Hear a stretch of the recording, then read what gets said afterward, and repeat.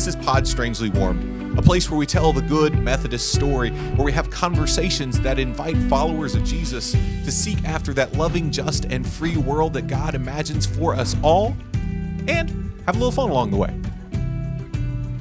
Hey, Pod Strangely Warm family, Daniel Hawkins here, coming to you from Jurisdictional Conference. Jurisdictional Conference is held in Rogers, Arkansas this year and brings together leaders from across the denomination in the South Central portion of the United States. And so there are annual conference leaders from across Texas, New Mexico, Oklahoma, Louisiana, Arkansas, Missouri, Kansas, and Nebraska here today. We've been here for the last 3 days because we have been seeking to do work that forms and informs the life and ministry across the jurisdiction. Some of the main things that happen at Jurisdictional Conference is that any changes to annual conference boundaries, like the formation of the Horizon Texas Conference, get ratified here in this place. Also, Episcopal assignments are made in this place. And so just as we begin this episode, I want to celebrate two things, the two most important things on my docket coming into Jurisdictional Conference, and I hope for yours as well. The Boundaries Committee first, and then the entire Jurisdictional Conference ratified what we have already ratified at our own annual conferences, the formation of the Horizon Texas Conference. Additionally, Bishop Sines has been reassigned to be our Episcopal leader as we move into this day of new beginnings. From across the week, we've recorded little video moments with different folks offering their different reflections. And so I hope and pray that today's episode gives you a window into this unique meeting in the life of our Methodist connection. So let's get started. You may think you're here for another edition of Pod Strangely Warm, but we're actually here with our favorite DSs for another episode of DSs in the Wild. Actually, we are here at South Central Jurisdiction, one of the final steps in our process towards unification. It was one of my great joys to sit on the Boundaries Committee as we wrote the resolution that, made official all of the things that have been voted on at annual conference. And if you've saw last week, the bishop dropped a video celebrating that the unification had passed. As y'all were in the room yesterday afternoon, as we all collectively voted together to pass unification, how'd it feel when we finally crossed that line? It was kind of an amazing feeling because you watch basically 18 months of work get ratified, and that's work that a whole bunch of people have worked on. Hundreds of people have worked on this. We've had a very small part in it, but just a feeling of this has happened, and it's good because you work really hard for 18 months and then it happened. So it just felt very, wow, we got a green light, September 28th, we're going. Yep. So September 28th, then Jan 1, and it has been fun to invite people into understanding at the jurisdictional level that we are the Horizon Texas Conference. And now we can say we are, not we will be, but we are. And that is such a beautiful gift. Edlen, as we're sitting in different rows here at Jurisdictional Conference, right? So the North Texas delegation is sitting in a different spot from the Central Texas delegation. How was the spirit in your portion of the room as unification passed? Yeah, it was great. Just to continue what Philip is saying, just knowing all the work that has gone in, to know that it was August of last year when we had the cabinet retreat, when this began to form and begin to take shape, and to know that all of that work and all of that vision and all of that from Kenneth Wolverton to the representatives from Central Texas and Northwest Texas, just to know that it's the process, and we to end up here. And so I know after lunch we're going to take a picture with all of us, the different delegations, all together, and to know that that's kind of this moment where it really is real. And so we're excited for what's going to happen on January 1, but to know that the family has officially expanded, and now we have new brothers, new sisters, new siblings to do ministry with, it's exciting. In her Episcopal address this morning, Bishop Harvey, who's the Episcopal leader of the Texas Annual Conference and one of the Episcopal leaders across our jurisdiction, invited us to be planting seeds. She used the image of planting a tree that we may never sit under the shade of. It feels like, in a way, we're sitting in one of those moments too. we have made decisions, we have done work over the last 18 months that will bear fruit for a future that we will be a part of, but we won't see the end of. As you guys look toward the future, right, of what does this mean for your kids, for your grandkids, for their kids, and generations of United Methodist Christians across the whole entire northern swath and central swath of Texas, where do you find hope in the midst of this, in our unified work together? I think it's really important.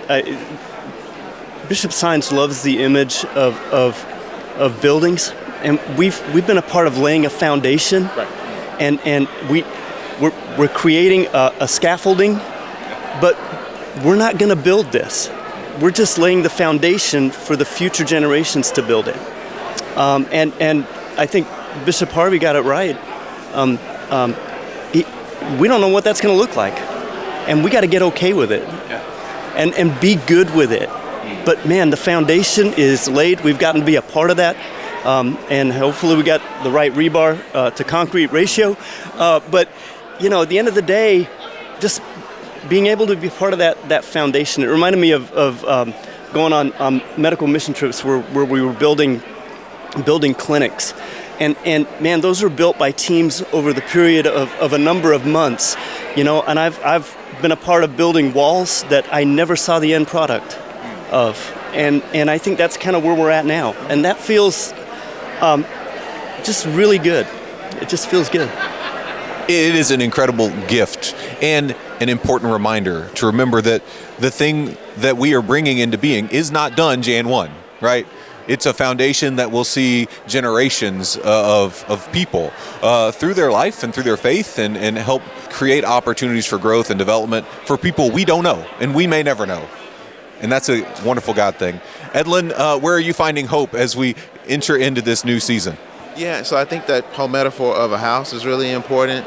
I guess for me, I also think about the metaphor of track, and particularly the relay race. Okay. Yeah. And, you got to make it from one station to another, and the anchor leg, kind of runs it on in. And right now, this is just like the first leg of the relay. We've run really well. I remember particularly in North Texas, there was such a space that our youth spoke into. And so as Philip is talking about laying this foundation, I mean, we're kind of finishing now this organization part of this relay. And as we extend that out, it's going to go, because Bishop Harvey was also talking about, 7 generations, for that Native American concept. So just think about how we're handing this baton to this next generation. And those youth who spoke so loudly at the North Texas Conference, there's going to come a time where they pick this baton and they run for themselves. And so it's like, just run well. We've run well to get to this point, and for us to do what we need to do as we continue to move forward, prayerfully, those who ran the first leg will, when it's the 6th leg or 7th leg or 23rd leg, the running is still being done well, because, ultimately the race is still about making disciples of Jesus Christ. We're doing it in a different way now. North Texas, Central Texas, Northwest Texas, we change names, but we come under Horizon Texas now, but the race is still the same. Amen. Amen. We thank y'all for being a part of this journey toward the formation of Horizon Texas, be a part of laying that foundation, be a part of this first leg. And with the Olympics coming up, so I love the image of the relay, because and I think it's a challenge as well, right? It's a powerful metaphor, but it's also a challenge, because you could have the 4 fastest people in any relay, but if you mess the handoff, right. You're done, right? And so as we think about building foundations and handing off to future generations, there's a letting go that is required in the midst of that too. So may we do our part incredibly well as best we can, but also be willing to let others lead us in the midst of this. Edlen, thank you so much. Philip, thank you so much. And we'll be back with somebody else here in just a little bit. Hey, Pod Strangely Warm family, we are back here at Jurisdictional Conference with Ramon Smith, the lone representative of the Horizon Texas Conference, to lead what we have called here LED Talks. They are TED Talks, but we're cute, so we call them LED Talks because we are led by the information that is given there. And Ramon, you gave an incredible talk. I think they did you a little wrong by putting you last after a string of like 9 talks. No shots at Bishop Merrill in the midst of this planning process. But Ramon, give us a little window into what your talk was about and what you think churches might be able to do with the invitation that you gave to us this week. Well, first of all, I wanted churches to be able to walk away with something practical that they could take back home. Yeah. Because most of our churches, I think all of our churches, are discipling people. But sometimes when we think about, okay, we got to come up with this process, we forget that there are things that we are doing already in our churches that require just like a little tweak here and there. And so that's what I try to provide. Ways in which we can look at things, for example, like worship. Right. Most of our churches, there's a place for us to respond to what the grace of God is doing in our hearts from worship. And so we invite people to join the church. We invite people to make first-time professions of faith or reaffirm their faith in Jesus. But also, what would it mean for us to expand that invitation, which would be to go out and into the world and like a call to action or pick up a spiritual discipline. And also look at things like even our committees and how their opportunity to do further discipleship. And a lot of times what I've recognized, at least, that pastors and our laity, sometimes we're speaking different languages. And it's important, and that can be an opportunity for me as a pastor to step back and say, how can I best communicate this to our congregation and to the leadership? But also, it might be an opportunity for us all to grow. And so when we have a discipling culture, that's what you're looking at. You're trying to look more and more like Jesus each and every day, and you're making more disciples that do the same. I loved when you were sharing with us yesterday just how much you named so many of the conferences we go to about giving us a strategy, right? And the quote that kept running through my mind, and I can't remember who originally said it, but it's, culture eats strategy for lunch, right? And so if we can cultivate a discipling culture in which we are people who see ourselves and live in such a way that we are being discipled and we're inviting others into discipleship, it makes such a difference. Right, because really, here's the thing, is that there's already like a pre-existing discipling culture in the church.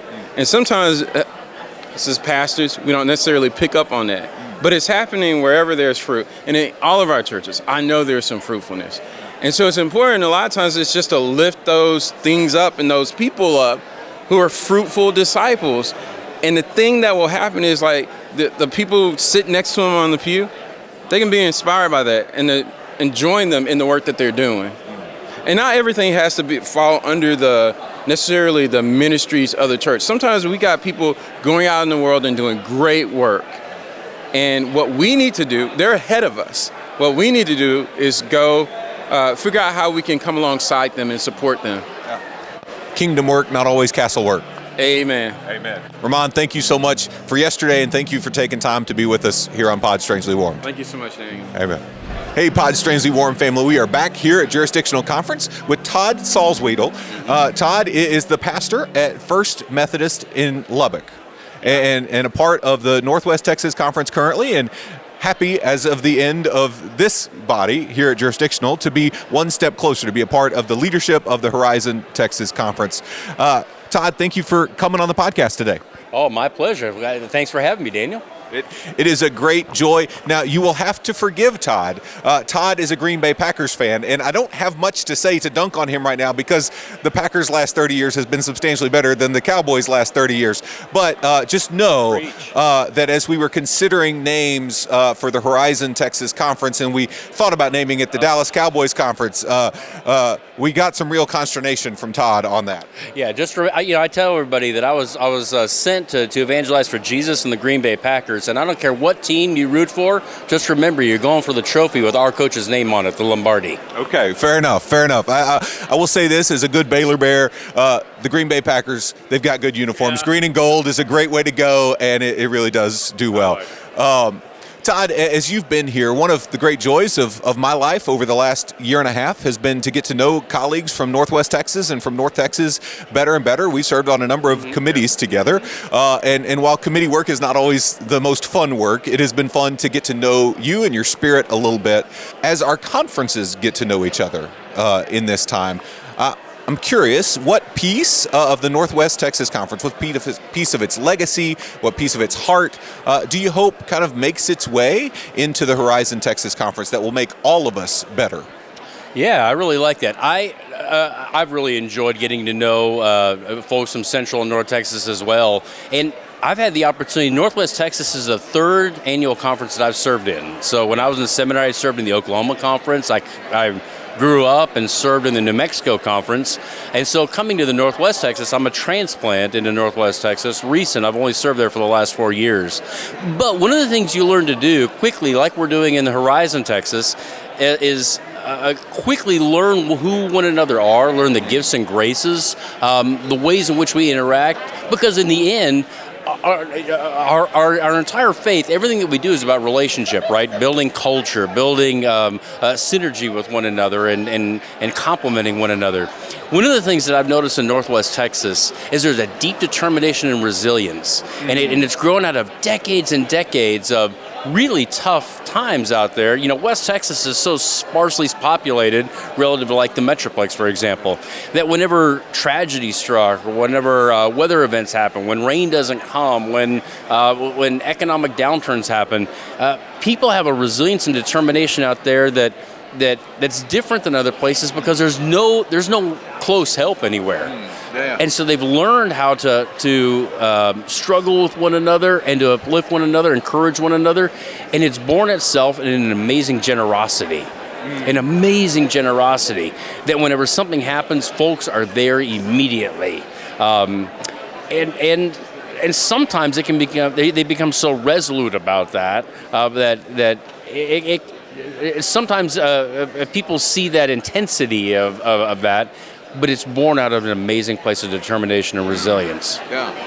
There's a reason why the phrase is circling the wagons, right? It's been a part of the culture and the space for a long, long time, right? Yeah. One of my great joys in my life is my wife's extended family is from out just northwest of Lubbock and Amarillo, right? And so the geography and the people of the Northwest Texas Conference that are becoming a part of the Horizon Conference aren't a foreign thing to me, and I celebrate and give thanks. And as you were describing that heart of determination and resilience that it gets moved into a space of radical generosity, I had individual faces flashing through my mind of people I've known and people I hope to get to know, right, over the coming season.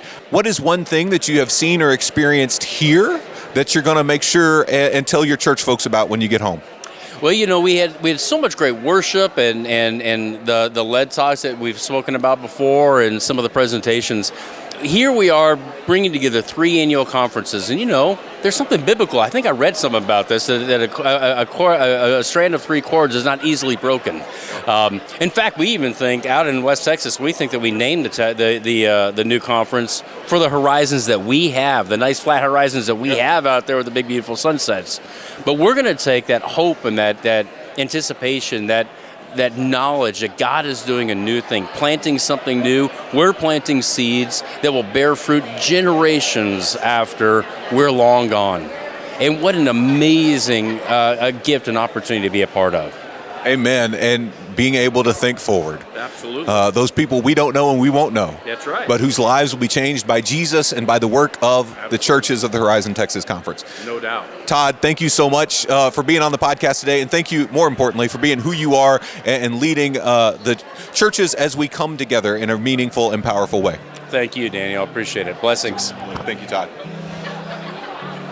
Official handshake at the end. Yeah. Hey, Pod Strangely Warm family. We are here at Jurisdictional Conference, and it's a Methodist conference, and it's Marcus Jones. Where there's Methodist, there's Marcus. Amen. Where there are Methodists, there is Marcus. Marcus, it's so good to see you again, man. I know this is becoming a bit, but it really is good to my soul to see you. So you said this is your first jurisdictional conference to be at and attend. I'm curious as to what kind of caught your attention, and what would you want to make sure folks back home knew about? Well, I mean, I think more than anything, I was really, really excited about the lead talks because I've been asking the question now, especially for us, now that we're unifying, what's next? And so having these lead talks gives me an understanding that the jurisdiction is like, hey, this is where we want to go forward. So for things about campus ministry, discipleship, AI, all of those things, especially in my area, those are things that we're talking about. And so it was refreshing to see that the jurisdiction is like, hey, these are some ideas that we want to get behind. So that was really encouraging. It is really encouraging to begin to think forward, right? Not just react backward. We're coming out of a hard season, but to continue to think forward. So, the structural stuff with the new conference is one piece, but then what does that look like in our local ministry context? What's that look like on the campus? What does that look like in our local churches? It's a really important thing. You mentioned AI as a part of the thing, and I know we've had some conversations. It's a part of your ministry at the college campus. It's a part of our ministry in the local church, right? It can be a collaborative brainstorming kind of partner in the midst of things. Oh, for sure. What ways does it show up on the campus? Well, I mean, students are already exploring it in ways and how to make education easier, how to ideate around ideas that they have. My theater students use it to figure out what ways they're going to improv better. Right. I mean, so it just has so many uses, especially in our campus ministry when we're talking about how to connect with people who are different. Then it's a brainstorming tool that allows us to think about ways we may not even be inclusive. And so we use it for all of its ways that it allows us to connect to people who are different than us. That is so cool. The brainstorming piece is the piece that I have used the most, right? And it is such a profound thing from very important stuff, right? Like how could we be more inclusive? How are we not as inclusive as we might want to be? And seemingly silly stuff. When we were figuring out what the name for the podcast was going to be, right? I threw it in ChatGPT. I was like, I need Methodist puns, podcast name. And they didn't come up with anything. We ended up coming up with this one ourselves, but it got the brain going and it sparked it. And so instead of being something to be afraid of, certainly it's got some bad side, but it also can be an incredible collaborative partner. Well, and I think that's true about anything. If you approach anything with fear, then you'll get something that gives you fear mongering. But if you approach it with optimism, then it can be something that can be helpful. And I think that is part of the lead talk, that, hey, you can use this and you don't got to be afraid of it. And the future, you don't got to be afraid of the future, because I think that has been the thing that we've been most afraid of. And it's saying, hey, here is something that we can look forward to. So I think when we lean into it, I think we can do well with it. Amen. Marcus, thank you for everything you do. Because while we see you at all these conferences, we know the work you do for Jesus day in and day out is on the college campus, influencing current and next-gen leaders, and we're incredibly thankful for all that you do and all that your colleagues do on our college campuses. Oh, man, thank you. I look forward to it. Amen. Peace out. And that's it. It's a wrap here from Jurisdictional Conference in Rogers, Arkansas. I want to say an incredible word of thanksgiving to the folks here at Central United Methodist Church in Rogers, as well as the leadership from across the jurisdiction. We hope that today's podcast has given you a window into the work of the church at this jurisdictional level and some hope for the future that lies ahead of us. Unification is coming, and we hope and pray that you will be able to be with us at the Unifying Conference in September. God is doing a new thing. God is planting seeds, and we get to partner with that. And this week has reminded me of that in such a powerful and profound way. So I hope and pray that you are as excited as I am for the future of the Horizon Texas Conference and what God has ahead of us. Until next time, I'm Daniel Hawkins, and this has been Pod Strangely Warmed.